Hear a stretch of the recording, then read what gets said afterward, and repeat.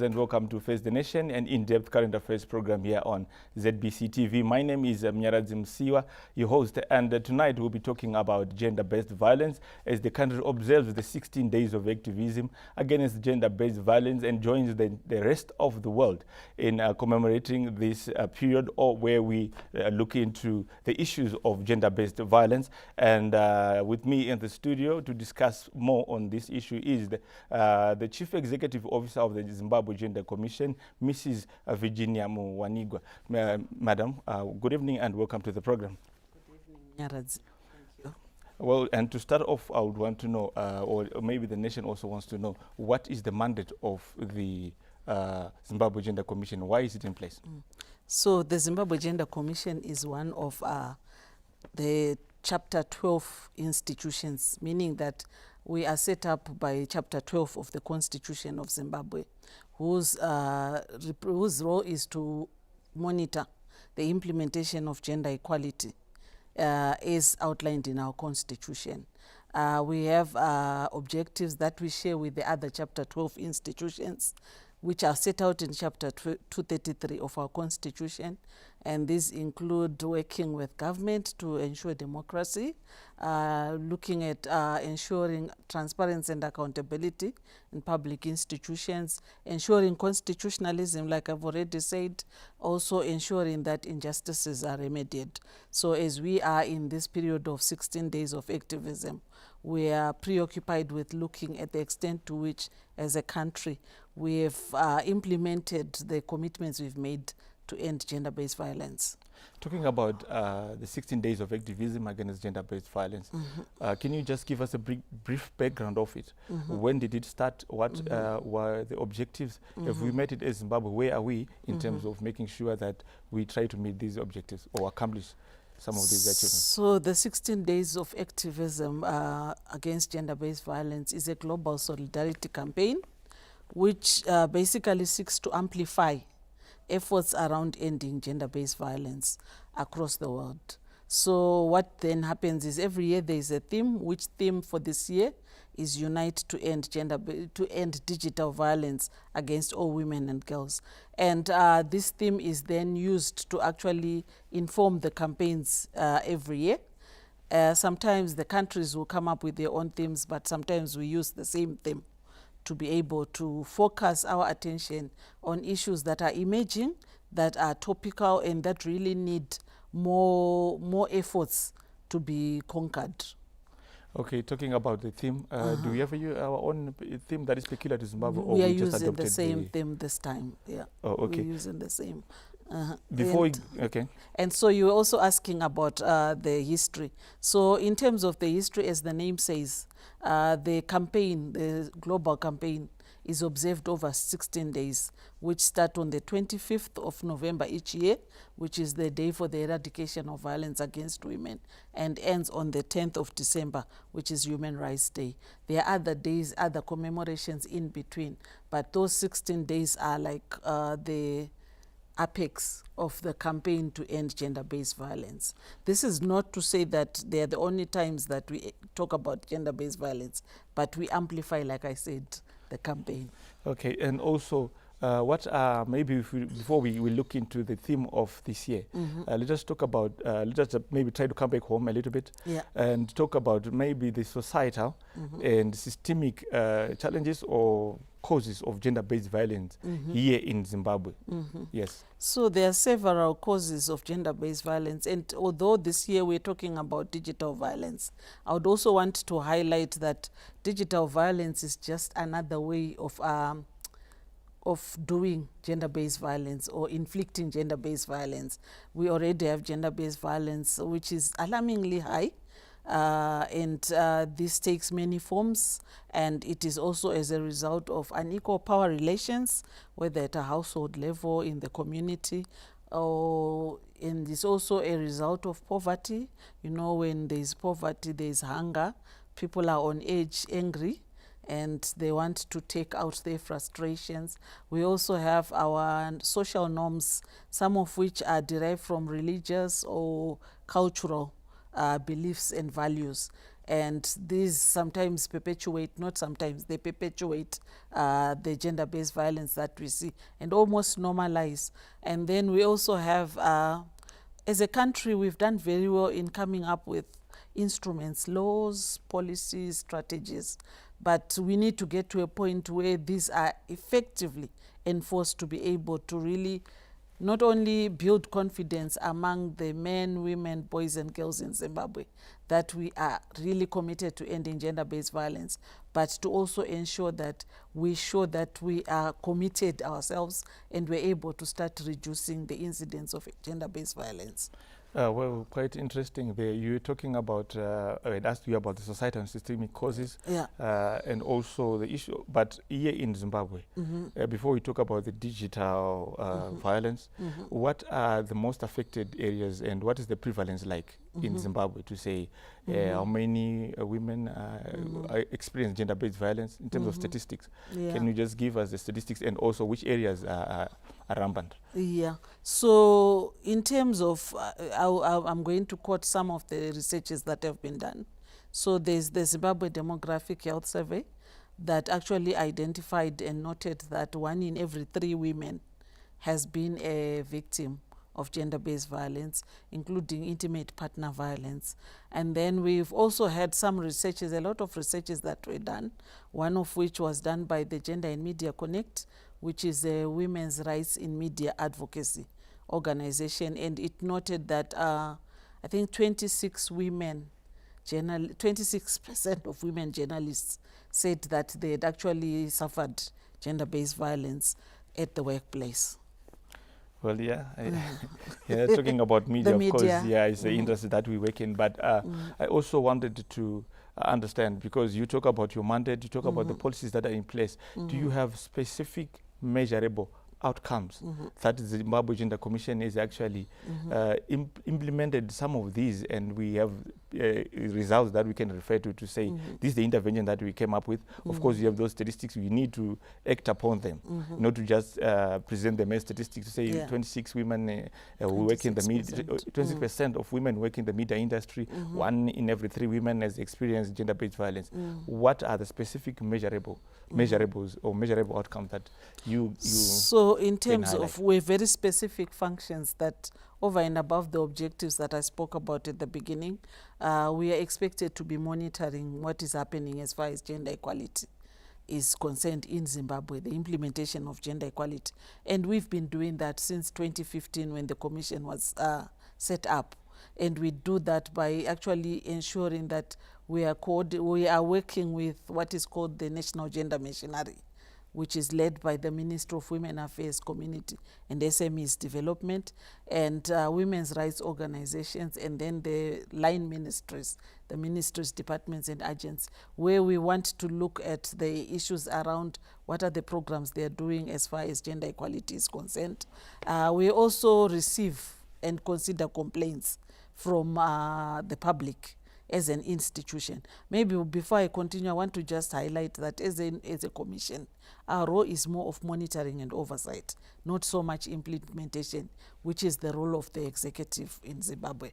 But as part of that monitoring and oversight, what we are also doing is to give advice, which is one of our functions, to particularly the public institutions on what they can do to mainstream gender. So when we're talking about gender-based violence, we're giving advice to say, how best can we start to eradicate the reasons or some of the driving factors to gender-based violence? How can we implement the laws, the policies that we've adopted so that at least we know that there is prevention and there's also protection of people that may find themselves as targets of gender-based violence. We are also expected to recommend prosecution where we've done our investigations as an institution, and we find that as part of the investigations into gender-based violence, we've seen criminal activities. So we recommend prosecution to relevant institutions. We also redress, and as an institution, we love saying that we are also mandated by the Constitution to do everything necessary to ensure that gender equality is possible. So, but like the rejoinder that I've given is to say doing everything necessary is through recommendations, whether it's recommendations to Parliament on some laws, maybe customs, practices that we have observed to be systemic barriers to gender equality. We then give those recommendations. We give in reports. We conduct research on emerging social issues that may be a systemic barrier or is related to issues of gender-based violence that may then be presenting new forms of gender-based violence. I may not be able to then really give you like tight outcome. So sorry to cut you off there. You spoke about the supervisory role, where you have to recommend certain maybe measures, actions to be taken by specific institutions. Do you think that our courts, judiciary, the Zimbabwe Republic Police are doing enough to try and make sure that we protect the girl child? Yeah, because we have seen a lot of complaints recently. Yesterday we had a case and we carried out on ZBC, on our news, where we had a man preying on young women below the age of 15.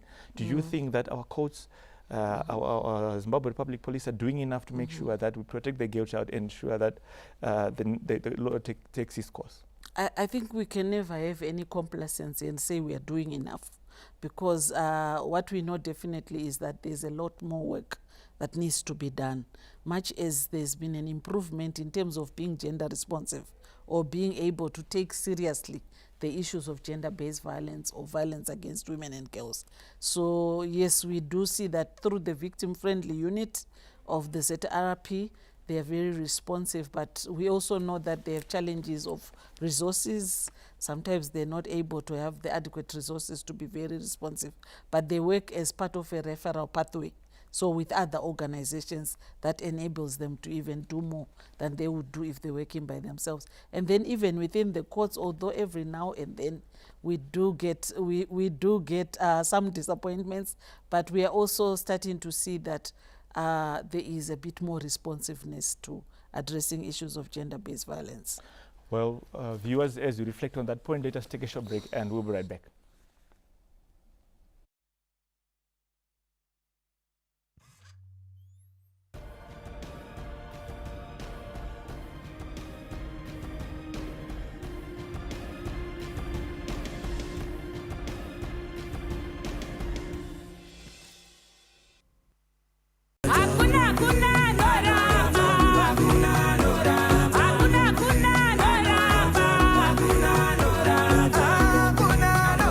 Gospel Mix is your Apostle DJ in the mix. With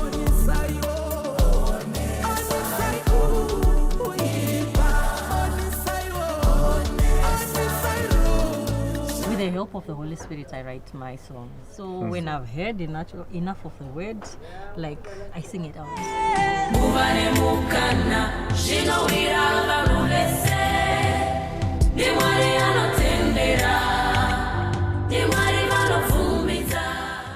Each and every week here on Agribusiness in support of Vision 2030, we bring you informative editions and episodes where we are mainly centered on various agricultural enterprises. You need to follow the teachings of the Department of Agriculture to make sure you make your cattle business. There are a lot of opportunities that have been presented by government. If you want to produce tobacco in Zimbabwe, you have to control nematodes. The biggest challenge with cattle is it needs space.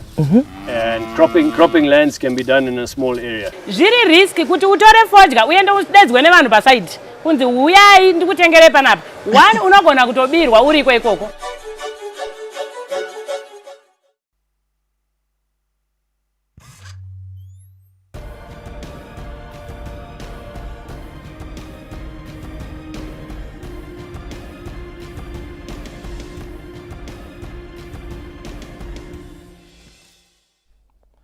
Welcome back to Face the Nation, and we continue with our discussion with the Chief Executive Officer of the Zimbabwe Gender Commission, Mrs. Moganiwa.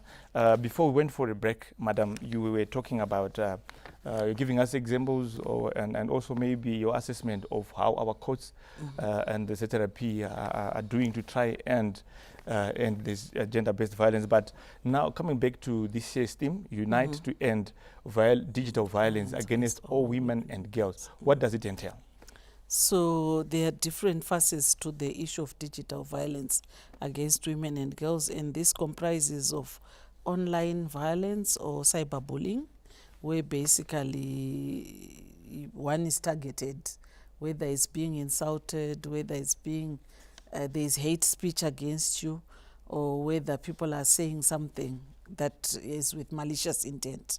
And then we also have what is erroneously referred to as revenge pornography, which is the sharing of intimate pictures without one's consent, and usually this is with malicious intent. There's also what is called doxing, which is sharing of private information that you have about someone publicly without their consent, and also with malicious intent. There's also something called deepfakes. Deepfakes is basically, I think we've seen on social media, a lot of real looking movies or skits or whatever it is, that though you realize is not real. And this is where people are able to actually create movies, audios, or anything that is visual. And they make it look real, and then they also take your identity and it becomes part of it. So it's like you said something or you made a comment when you did not do, or you did something else. There's also even sextortion, which is basically just the use of digital forms to extort, whether it's money or whether it's sex in exchange for whatever is being requested. So it's so many things that basically the different types of violence that we have already, but now being militated on the digital platforms. So now that you spoke about, of course, I've seen that a lot circulating on our social media, revenge pornography, people circulating people's nudes because they're disgruntled for some reason. But do you think that we have laws here in Zimbabwe that can adequately address that issue, or sufficiently maybe try to curb? Yeah, we do have laws, like we have the Data Protection Act, which is meant to ensure that it protects women and girls, among other groups, against digital violence. But just like I said, also with there not being any complacency, we know that having laws is one thing, but to be able to effectively implement the laws is another. But at least it's good that there's a law, because this enables us to have a starting point. The other issue is also that with the digital platforms, they're evolving so fast. And sometimes we then find that our institutions may not be as well equipped to be able not only to monitor, but to also respond to whatever is happening on the digital platforms. And then the other reason is that even though we do have these laws, we find that we always have to make that balance between not preventing people from using digital media, but preventing them from being abused on digital media. Because we know that when we have digital platforms, they are also useful for amplifying voices, for even speaking against gender-based violence, for mobilizing people to come together in global solidarity. But at the same time, you also have other people using that same digital platform as a weapon of control. So how do you, the question was, are these laws sufficient or adequately addressing these challenges we are encountering in trying to stop digital gender-based violence? Because we have elusive online identities, and we have our social media gladiators and cyber stormtroopers. How do you then, Yeah, I think I had actually answered that in part, that, it's one thing that we could have a law written out. But then as long as the platform that is meant to regulate is also evolving, and it doesn't evolve at the same time, then there's always that gap. Because definitely in terms of digital violence, one of its key factors is that there's anonymity. So somebody with a smartphone sitting, maybe not even in the same country, can then just be targeting and spewing a lot of hate, or even committing a lot of violence on people that are not necessarily even in the same country. So that then means it's a big challenge where a lot more needs to be done to ensure that we find ways not only to curb the issues of violence on digital platforms, but to also hold people accountable for when they actually abuse this technology. And with all those things in place, so in other words, we were struggling to try and to contain digital gender-based violence as a country. Well, maybe also another issue that I want us to talk about is we have so many laws, so many campaigns protecting the girl child. This system, all women and girls. But of late, we have seen a surge in cases of violence being perpetrated by women, either women against women or women against men. What do you have to say about that? What could be the cause? Is it because you are overprotecting them? Is it because most of the laws have an inclination towards women? Or the Gender Commission, is it for women or is for So the Gender Commission is there to represent the interests of not just women and girls, but also men and boys. But like I said in the beginning, from researches, from our experience, women and girls are the majority, especially when we're talking about issues of gender-based violence. They are the majority that we find reach out to look for our services. But our doors are open to any Zimbabwean who would want to have our services. And then I would also want to say I think what was the other issue? The other issue that you had raised was that when we talk about looking at the theme and is focusing only on women and girls, like I also said in the beginning, that the reason why the 16 days of activism was started is to be able to really come together in a global solidarity campaign that profiles, spotlights the issues of violence against women and girls. And I did say earlier that it's an issue of unequal power relations. So we know that in our society, when we look at our power, social and power relations, men and boys, if you are the same, from the same demographic background, they find themselves better placed than the women and girls from that same demographic background. Is that not socially constructed? It is socially. Because I've seen women in recent times having equal opportunities. No, let me come to that. Yeah. Let me come to that. I did qualify to say from the same demographic background. This is to then say there are some women that may then find themselves having more power. And the question you had also asked earlier, which I wanted to come back to, was the issue around now emerging scenarios where women are the abusers or perpetrators. And this is also something that is a reality. This may be as a reason of some of the work I would want to think that we've done as a commission to highlight also that men can feel free to come and report, because we do get men now reporting. We also know, like I said earlier, that the digital platforms, technology is useful for one thing or the other. One of the things that it's useful for is that it enables the sharing of information that needs to reach those places where responses can be received. And we have seen that with some of the videos that are circulated. But we also know as a commission, part of our work, you did talk about the issue of social construction. Part of our work is that we also understand that if somebody has internalized violence, they are more likely in the future to start perpetrating the same violence. So this may also be part of the reason why we're starting to see a lot of women being abusers themselves. But when we go back to researches, we find that when we compare the statistics, still the majority perpetrators of gender-based violence are men. Well, the majority targets of gender-based violence are women. I believe that as a country, we are doing better. You are the CEO of the Zimbabwe Gender Commission. Yes. And it shows that as a country, we have grasped that concept to say we should have more and more women being empowered and being placed in the position of control or authority.